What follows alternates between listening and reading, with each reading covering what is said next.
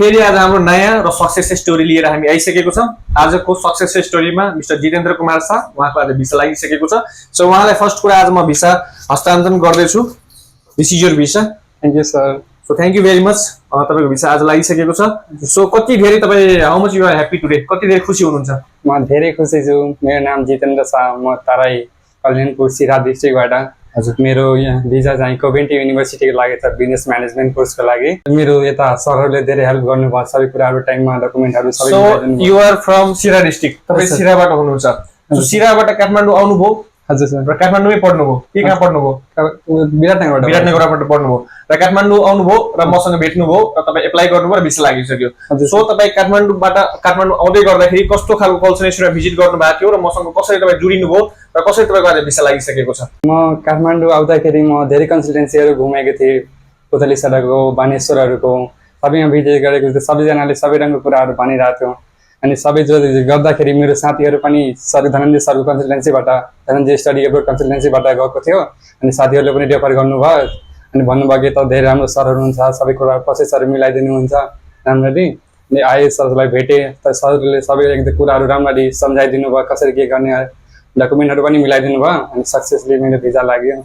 So तपाईँको जिपिए कति थियो प्लस टूमा? मेरो प्लस टूमा जिपिए 2.56 थियो। 2.56 जिपिए थियो। आइएलटिएस पिटी थियो कि थिएन? आइएलटिएस पिटी कुनै पनि छैन। सो उहाँको आइएलटिएस पिटी नगरिकन कोभेन्ट्री युनिभर्सिटीको आज भिसा लागिसकेको छ। सो तपाईँको फ्लाइट कहिले छ त? मेरो जुन 29 को फ्लाइट छ। जुन 29 को फ्लाइट छ, तपाईँ युके जाँदै हुनुहुन्छ। हजुर सर। सो तपाईँ जस्तो जो विद्यार्थी सिराहाबाट हुनुहुन्छ, जनकपुरबाट हुनुहुन्छ, नेपालगञ्जबाट हुनुहुन्छ, सो उहाँहरू राम्रो कल्चरनिस्टहरू खोज्ने उनीहरूको प्रयत्न हुन्छ।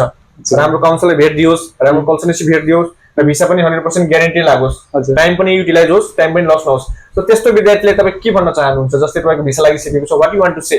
म सिरातिरको धनुषाहरूको सबै छेउछाइको एरिया छ, त्यतातिरको मान्छेहरूलाई सबैलाई रेफर गर्छु कि Dhananjay study abroad consultancy visit गर्नु, कुरा गर्नु। सरले सबै कुराहरू मिलाइदिनुहुन्छ।